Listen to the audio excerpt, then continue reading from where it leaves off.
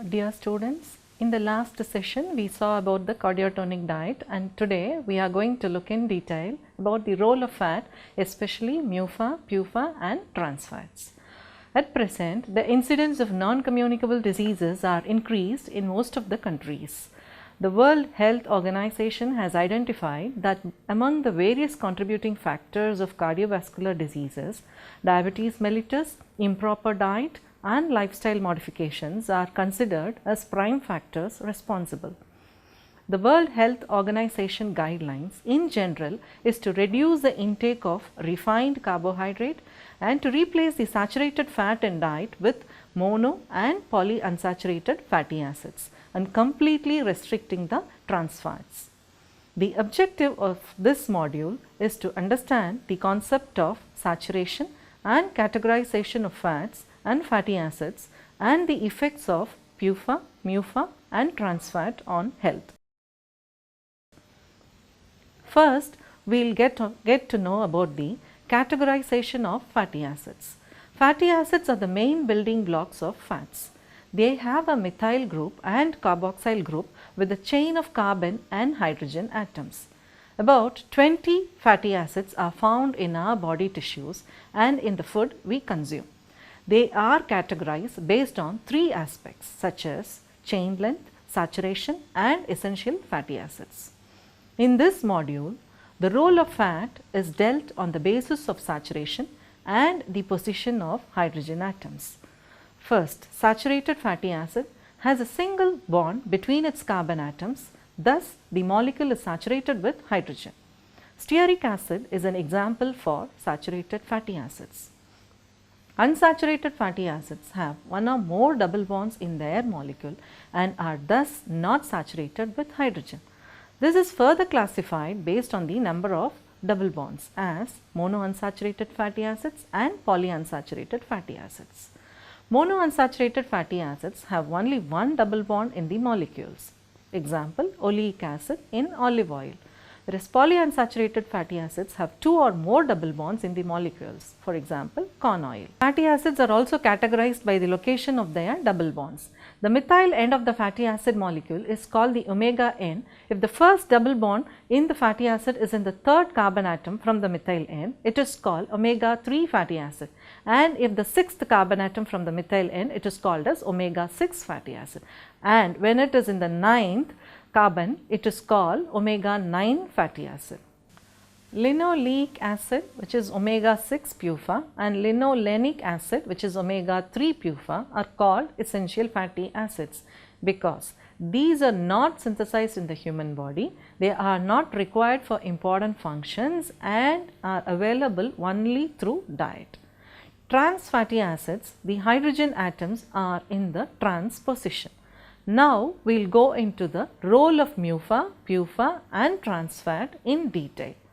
The epidemiological relation between the total fats, fatty acids and human health proves that different fats implicate their effect on health in a different dimension.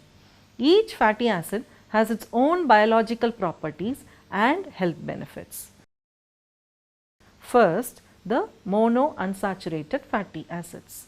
The MUFA are a better replacement for saturated fatty acids than PUFA because they are less susceptible to oxidation. Oxidized LDL is taken up by macrophages and deposited in atherosclerotic plaques. Inhibition of LDL oxidation slows the development of atherosclerosis. It was observed that high intake of PUFA resulted in some lowering of HDL cholesterol along with the levels of total and LDL cholesterol. MUFA is resistant to peroxidation and helps to lower oxidized LDL by preserving HDL levels. More recent studies reveal that high dietary PUFA, that is omega 6, with SFA intake remains the same, may exchange platelet aggregation while MUFA does not. Further, a larger proportion of MUFA in the diet may be conducive to thrombolysis and may be anti-inflammatory. It is now established that substitution of saturated fatty acids by MUFA lowers both total and LDL cholesterol, but not HDL-C. Uncontrolled peroxidation of PUFA in cell membrane may lead to cellular damage, while maintenance of a balance with MUFA is conducive to maintain cell function.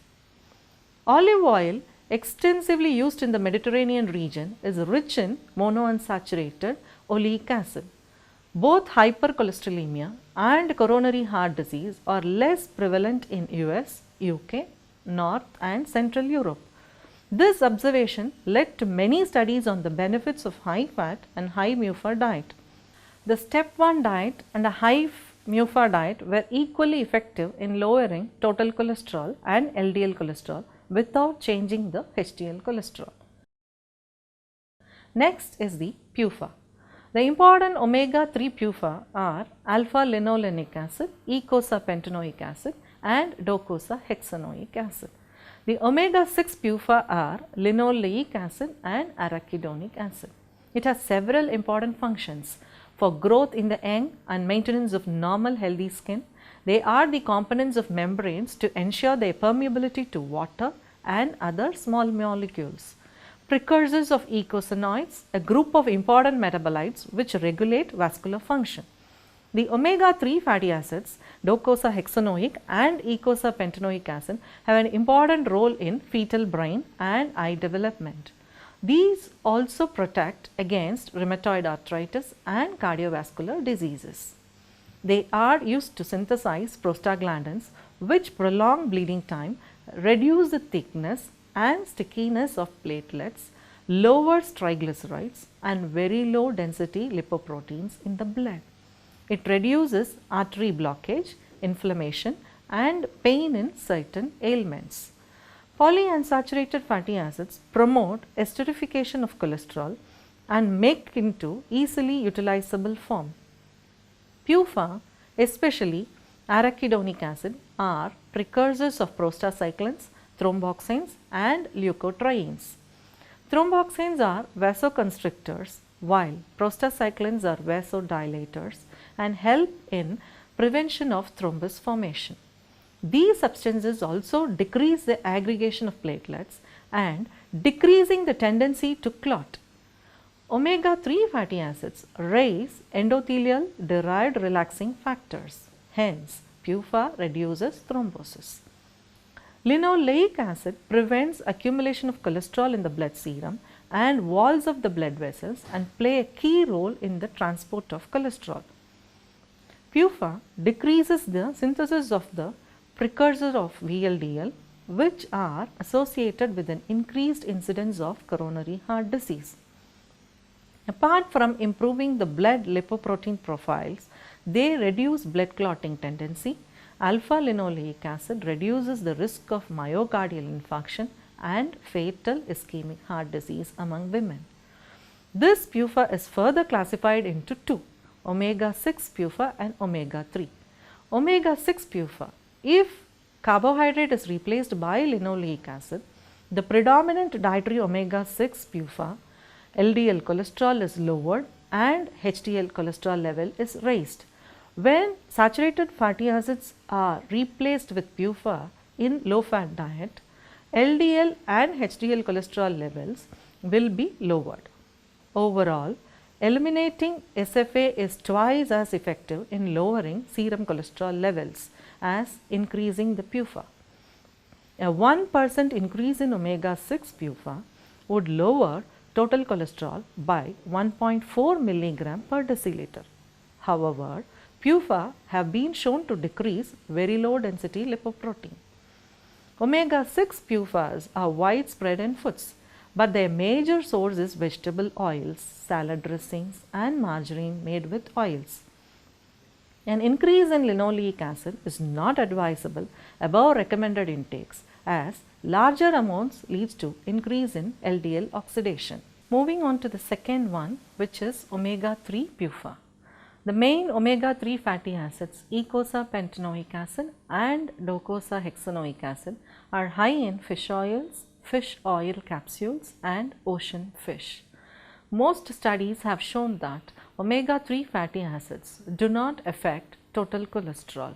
However, they do increase LDL cholesterol and decrease triglycerides.